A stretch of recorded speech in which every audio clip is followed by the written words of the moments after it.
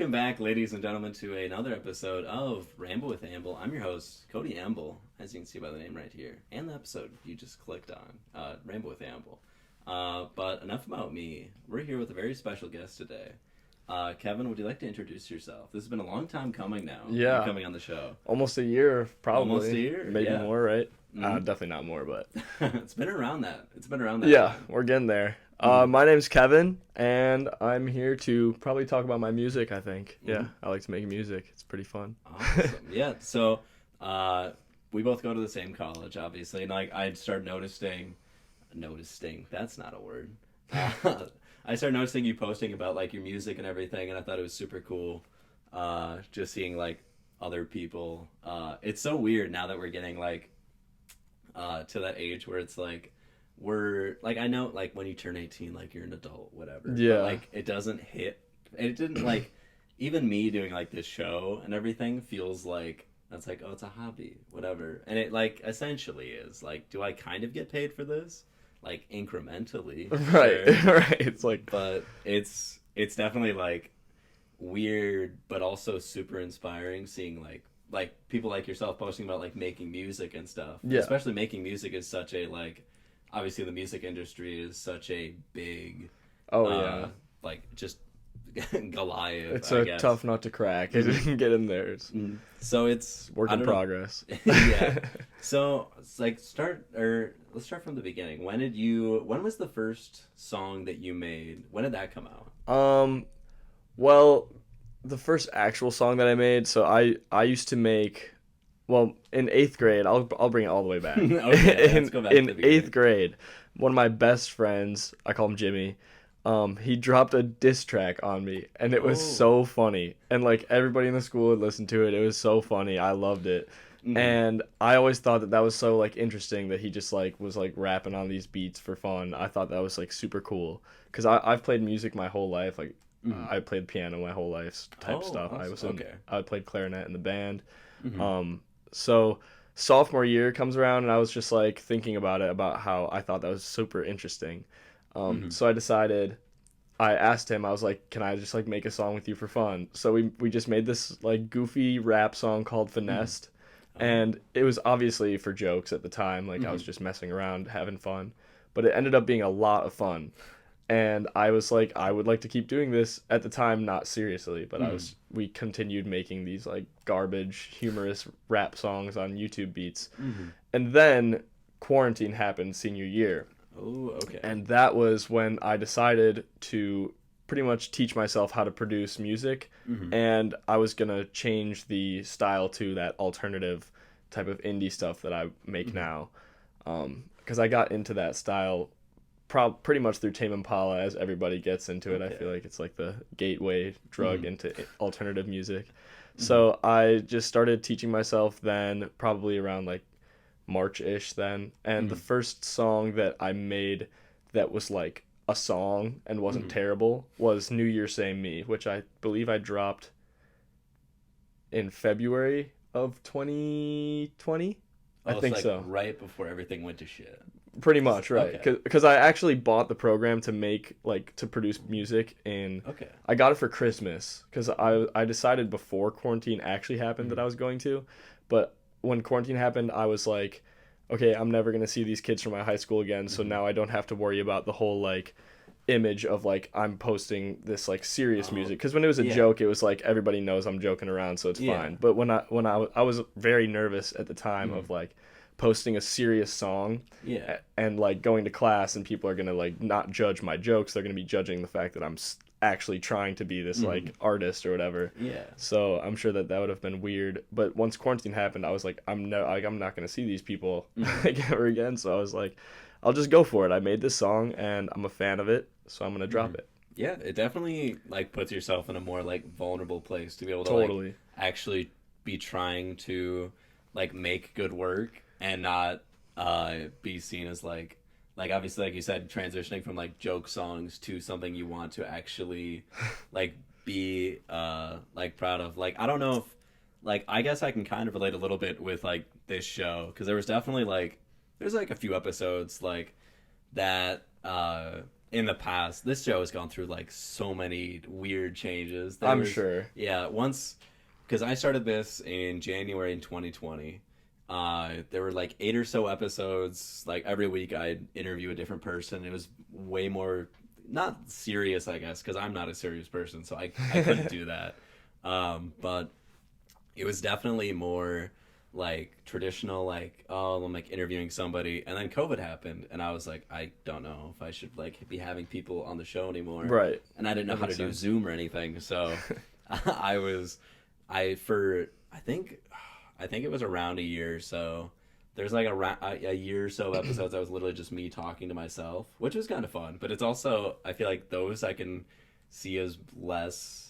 I'm just like, I would not edit like almost anything at all besides like throwing in some sounds or something like that. It was just you chatting it up. Yeah, just talking about some topic or something I just ramble. Right. That's like what I do. Hence the name, right? Mm-hmm, exactly. You get to take it in any direction you want, so that's kind of fun. Yeah, and it was a lot of fun doing it at the time, and it definitely, I don't know if that's something that I'd really want to bring back, but like I definitely think I prefer like talking to like an actual person. Fair. But yeah, it's definitely, it got a lot more, like, not scary, I guess, but like, I guess a little scary, and like actually putting stuff out that I'm like hoping people think is good, as opposed to, oh, I think I said a funny thing in there too. And I'm trying to be funny, I guess. I'm not trying to be serious here, but I don't want it to be seen as like, this is something I'm doing as a joke. Like, I do it for fun. I'm not trying to be like super self-serious about it, but totally. I don't want it to be like the whole thing to be seen as a joke. Exactly. Yeah. It's like at the end of the day, everything that I feel like anything that you do creatively is for your own enjoyment. Oh yeah. But people who create and want to put it out there are obviously hoping that you know, it sticks to the wall, for example. Yeah, exactly. So it's like, it's always this like constant battle of just like having the confidence to post things that you're proud of, but then also worrying about what people are going to say. I just feel like it'll always be there. I feel like even the biggest names still experience these types of things, but at the end of the day, you just have to remember that, almost make sure that you're still doing it for yourself. Oh yeah. I feel like a lot of people sometimes can get caught up, especially with like music. Yeah. Can get caught up in the numbers game. Like you base your worth off of numbers. And I just think that that's something that I at least try to get out of my head, because that's a very unhealthy thing to for sure. And it's the number thing has been something that I've started to become more like, not worried about, I guess, but something I've had to like block out of my head. Because you're gonna see it always. Yeah, like you can't not see the numbers that you get on your content. And the one thing like that kept me as like a wall from that was, before, this is the third video or podcast episode we have on video. If you're listening to this on Spotify or any other podcast form, this is on video. We're on YouTube now. We've got the camera, we've got everything going now. So if you want to watch us talk, go over there, subscribe, like, all that stuff. I get to say all the generic YouTube stuff now. Go like and subscribe. Drop a comment down below. Who knows? All that stuff feels so weird to say now. But it's also weird being on video and the other platforms and everything, with podcasts specifically.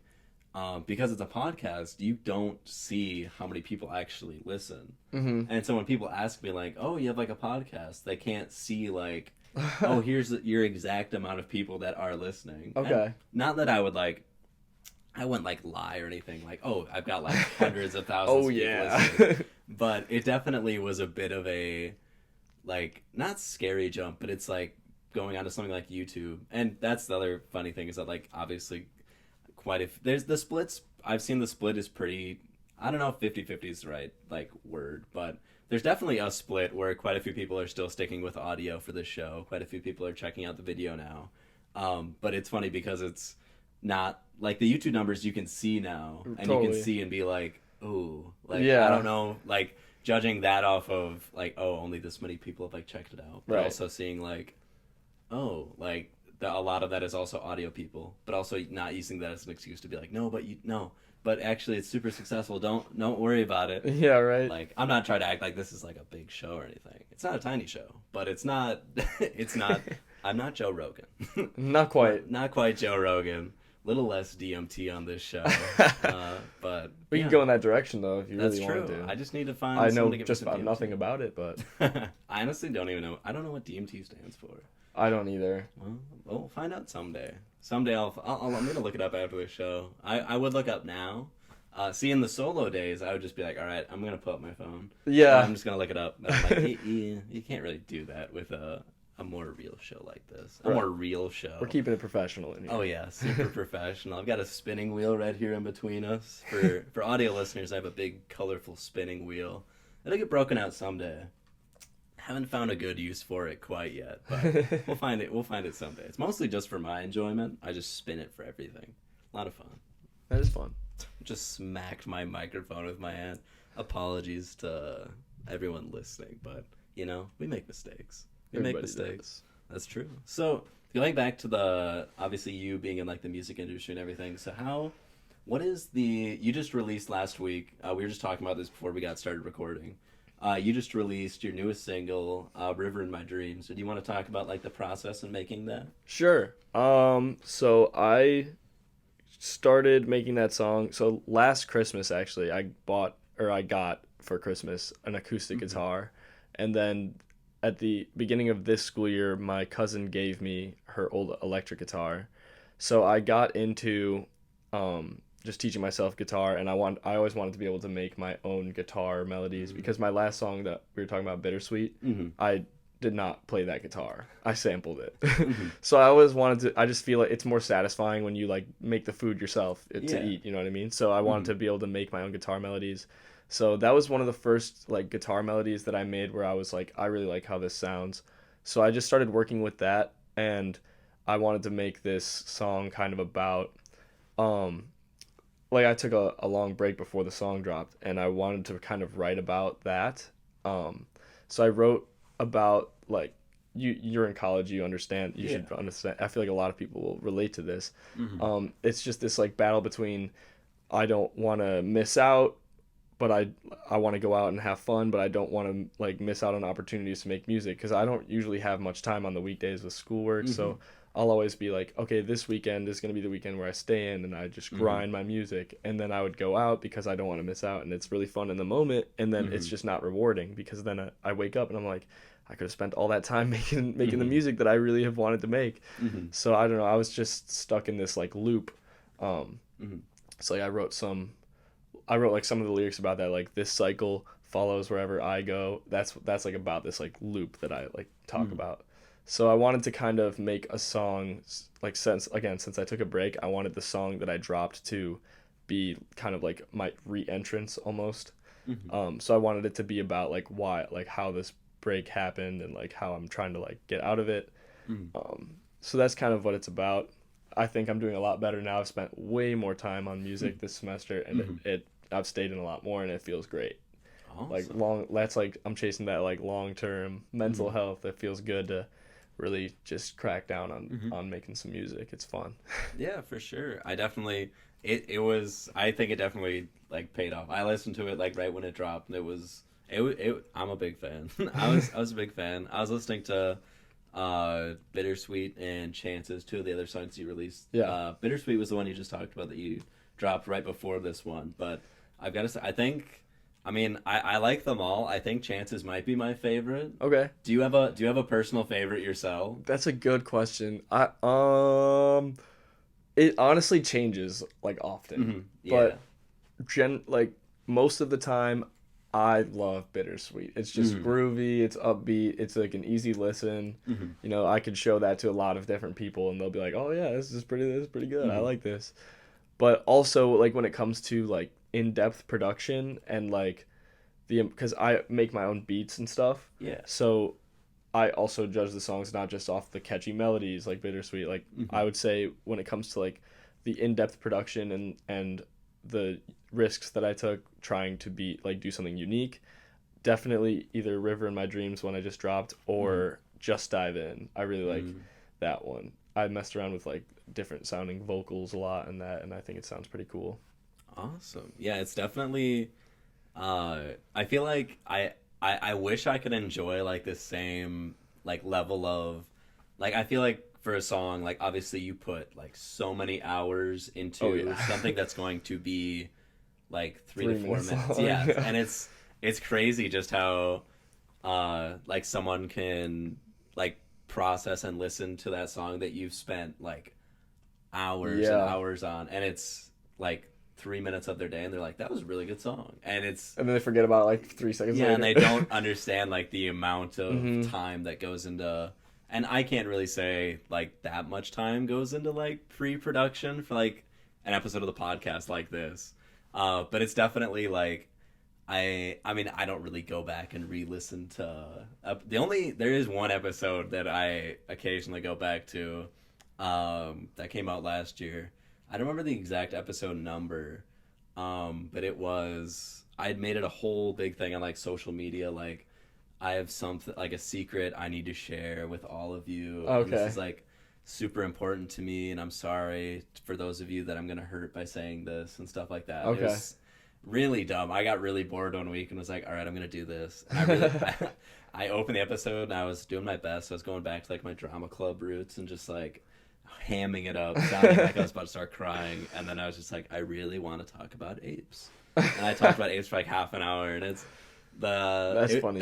the worst, the not the worst part. Honestly, it's I find it really funny, but I can see like the like how long someone listened to like an episode like that, Yeah. and I can see just like the steep decline. Oh, right after the. Yeah, as soon as everyone's like, "What's he gonna say?" Like, did Cody like kill somebody? That's And funny. they get there and it just drops. It I'm drops sure. so fast, but it was worth it. That's It hilarious. was funny. I had a lot of fun doing something like that. Just a little clickbait, like publicity. Sometimes stuff. you got to, man. Yeah, sometimes you got to. It's interesting. It's a fun thing to do sometimes. But then I think after that I tried making like not an apology video, but I was like, all right, I'm gonna tell like a bunch of weird stories that have happened to me to like make up for it. But those will probably just be coming up in the future at some point. Who Hut bathroom. Like that was the name of the episode. A really weird thing happened to me in the Who Hut bathroom. It included a guy named the Godfather. It's a whole thing. If you want to hear it now, you can go back to the Who Hut bathroom episode, but I'm sure I'm gonna touch on it at some point in the future again. But yeah, that's unrelated to this episode. But that was a whole thing. We'll not forget the Godfather anytime soon. No way. It was an interesting experience. But yeah, besides the point, I'm just rambling at this point. It's on brand for me. I was gonna say you're allowed to. Yeah, I'm the rambler.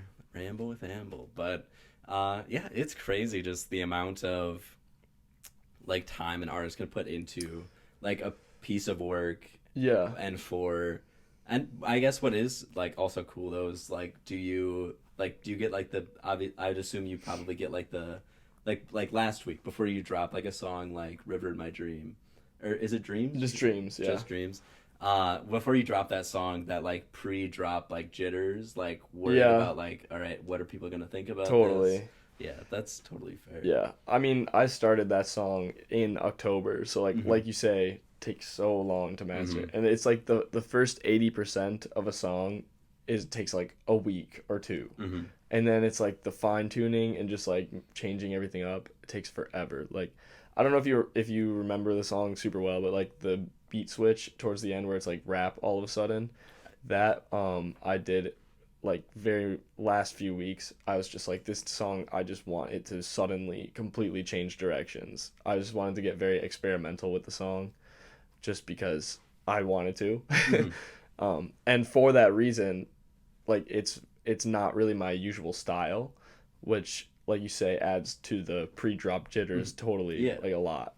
Especially because I promote my music on TikTok usually, but Okay. I took a very long like break from taking that seriously, and therefore the algorithm just like forgot that I existed. So I was like, I'm like trying to build it back up, and it's working slowly, but it's what like promotion of that song, it was like nothing. So I was totally ready for it to not do fantastically, which it's not doing fantastically, but at the end of the day, I know that it's a good song, and I made it myself, and I love it. It's one of my favorites I've ever made.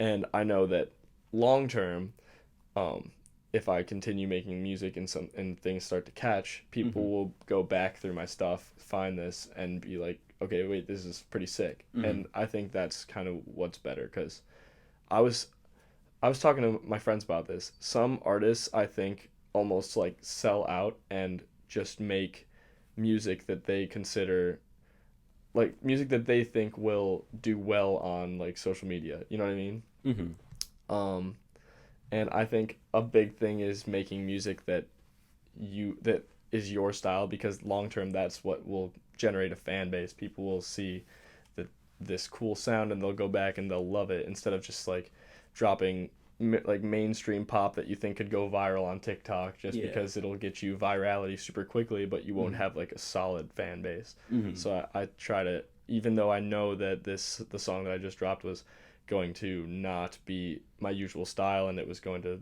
not be like super, it's not like a super easy listen like everyone's just like, oh, this is like groovy, like bittersweet. Mm-hmm.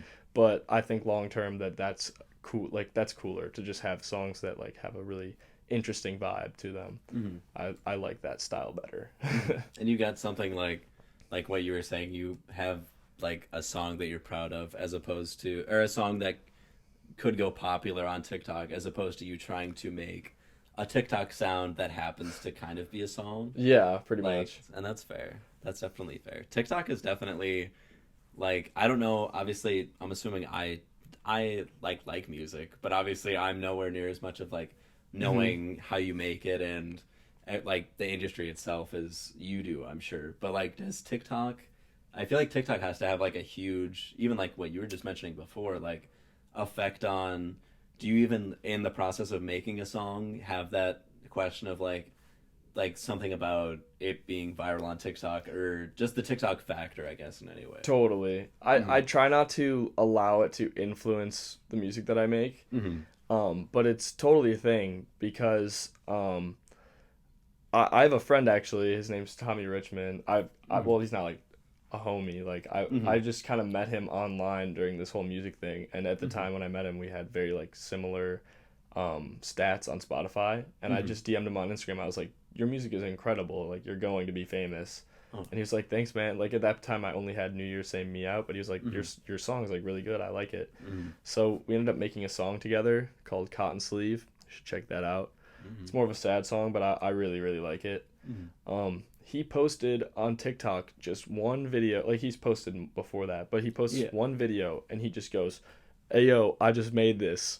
And he just Mm-hmm. plays it on his speaker and just like kind of dances around in his room Mm-hmm. and it gets like 200 300K. He gets signed to a label the next day and he now is in LA and has 100,000 monthly listeners on Spotify Holy shit. overnight, man. Yeah, that Like is. obviously he didn't have 100K on Spotify overnight, Yeah, but yeah. that gave him so much momentum and he Mm-hmm. just kept building on it. He has great music, so it was a Mm-hmm. long time coming. But that just shows you like TikTok has done that with countless artists and it's crazy. Mm-hmm. So it's like people spam TikTok and it's for good reason because it could really just completely flip your life upside down out of Mm-hmm. nowhere. It's kind of And wild. do you think TikTok has been like, in your opinion, do you think it's been like a negative or positive effect on like the industry itself? It's a good question. I think overall it's on the industry. I think it's positive. It's definitely different, and I think a lot of older people are definitely not a fan of that whole Mm-hmm. thing that's possible. But I think it's awesome because it gives people who don't have much money or just make like music on their phone. Like there's people who Mm-hmm. just record music into their phone mics and Yeah. they have gotten famous off TikTok. Mm-hmm. And I think that gives a lot of people a chance that they would otherwise not have. And I think that's obviously a great thing. I think Mm-hmm. the only negative is not really for the industry. I just think it's more like for the creators. A lot of people who post on TikTok hate it because you have to post like consistently and Mm-hmm. you have to post these annoying cringy videos of you promoting your music and it sucks, Mm-hmm. but it's like the only way to get it done and it honestly helps a lot. So it's like as long as you space it out and make sure you take breaks when you need, it's fine, it works. That's fair. It's definitely not like related to the music industry, but I know just another self plug for Rainbow Thamble. We've got a Yeah. TikTok now. Very Oh, I might have to follow that. I didn't yeah, know. very new to the TikTok game.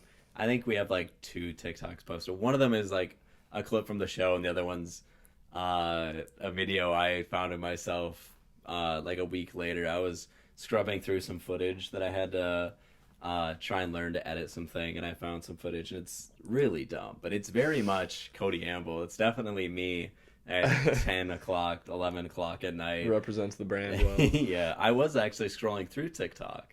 I don't know, I should have pointed that out more, but it was just me scrolling through TikTok, and the camera kind of caught me doing it, and I was just making weird sounds. Just what I do. It's just what I do. Sweet. It's a weird vibe, but it was enough to get posted to TikTok. But yeah, it's definitely like just weird how TikTok is. I will never forget when I first like downloaded TikTok, like right around when COVID started, I think, because quite a few people I knew had it, and I was kind of like, I don't know if this is like something I'd enjoy. And like the second, I didn't think it was that popular, and like the second thing I saw was like Kevin Hart like running through his office and like other celebrities posting stuff, and I was like, oh, this is like, I was like, Yeah. they're on TikTok. And now if you're not on TikTok, it's like, if you're a celebrity who's not on TikTok, it's confusing. Yeah, It's it like, is. the funniest thing to me is when someone, or like specifically, I sometimes see like pretty big bands. Like I think if I'm remembering right, like Imagine Dragons, I think has like a TikTok, and some other bands or other like celebrities I know, and they try and like post TikToks, and they don't really do well Yeah. because it's just not really like a funny or like a good TikTok, but it's just like they're just famous, but it doesn't Yeah. even do well, and it's like, oh, that's like sometimes the fame can just like carry you over the getting like 2 million likes on your Yeah, TikTok, seriously. and sometimes it just leaves you with like 500 views. Yeah. So it's a tricky game to play, Yeah. TikTok. That and the algorithm. No, I used to be a huge TikTok slanderer as well. I was a hater. I hated it. I was like, I will not get on TikTok. And very quickly, I became someone who posts on TikTok. So obviously, that's a complete 180. But I wasn't going to. And then my friends, I didn't get TikTok until like last year, freshman year of college, just because some of my friends on my dorm floor were like, look at these people on TikTok getting like music heard because of TikTok. Because before college, I had one song over 1,000 streams, and it was like 1,008. So it was like nothing. I get on TikTok, and within the year, I like had one TikTok that just went crazy viral, and that's Chances. And Chances just now just hit 60K actually on Spotify. Oh, really? That's awesome. So yeah, like without TikTok, that would just never have happened. So it's pretty awesome. Like it's a magical tool when used just right. Right. You kind of have to just like spam it and just hope something occasionally goes viral, because that's just the way that it goes. But yeah, you just kind of throw shit at the wall and hope it sticks, and occasionally it does. I do remember. I'm remembering this now. I actually remember just a few months ago, I think your like account showed up on my For You page. Really? But it wasn't anything music related. Oh, really? It was something related to your job. Oh I God! think. And that's my like most viral video. I was so annoyed because I remember posting that, and I was just like, oh, my hometown friends might think this is funny, but it'll get like 100 views. Yeah. It got like 600, 700K or something. I was like, what the hell? Like, I know when can't this happen to my music, baby? Come on. I know when you showed up, I was like, wait a second, this guy looks really familiar. And then I was like, no, you know him. You know him. Yeah, man. That was funny. I could not believe that blew up. That was ridiculous. It is insane. I feel like as time goes on, more and more people that like we know, like I feel like people from my high school I'm gonna start like seeing on TikTok. Yeah. Getting That's like, actually started happening to me like recently. has it? People you knew from like high school. People that were like a few years younger that are now like seniors are like popping up, because it's like it'll say like you have like 2 mutual connections, and it's like sometimes I don't even know who they are, but I see the connections and I'm like, oh, they're definitely like a senior at my old high school, and it just feels very strange. It's just weird. It's just weird. Yeah, TikTok's like the most interesting social media platform I think like ever. It's so the way the algorithm just like absorbs you within like having it for like a day, and it just like nails you and knows everything that you want to see on your For You page. It's super volatile, and at the same time, yeah, like just like you said, it learns what you like so fast right away. And even scrolling from. Sometimes I don't realize I'm on the Ramble with Amble account as opposed to like Oh, my personal account, and the how fast the Ramble with Amble account just picked up like, oh, you thought this was funny, and they're like, you're gonna think this is funny. I'm like, I do. I mean, it's not very hard to get me to laugh, so I'm like, okay, this works for me. All it does is have to. There, it was funny the last. I think the first episode we had on video that I was trying to clip something out for TikTok. There was some joke I kept making about Cocomelon. And on the Ramble with Amble feed, like the second thing I saw was some Cocomelon TikTok. yeah, And, man, it's and I was listening. like, it freaks me It's out a crazy. little bit, but who knows? That's I don't remember like a specific example, but that has happened to me multiple times. Just like talking to my roommates about something, same day. It's like scary. It picks up fast. Yeah. It picks up fast. Yeah.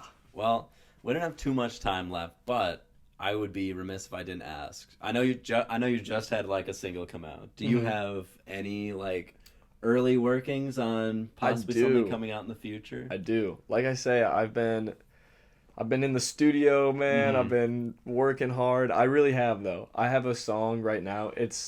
I know earlier I said like, oh, I don't like Bittersweet. It was like more like upbeat, groovy, like easy listen, which I was like, I kind of made it sound like I was not gonna do that anymore. But the song that I want to drop next has like the same vibes, but it's more kind of like Dom Fikey indie rap. But I really like it, and I think it has a lot of potential. So I'm pretty excited to maybe like show a couple snippets on TikTok, see if anything happens. Awesome. But regardless, I want to drop it because it's really groovy, and I think it's a good fit for summer. I like to drop something groovy before summer. You know what I mean? That's like something that I always think is fun. Well, that is awesome. It'll definitely be promoted here for sure when it gets Thank dropped. But yeah, we here at Ramble with Amber are a big fan.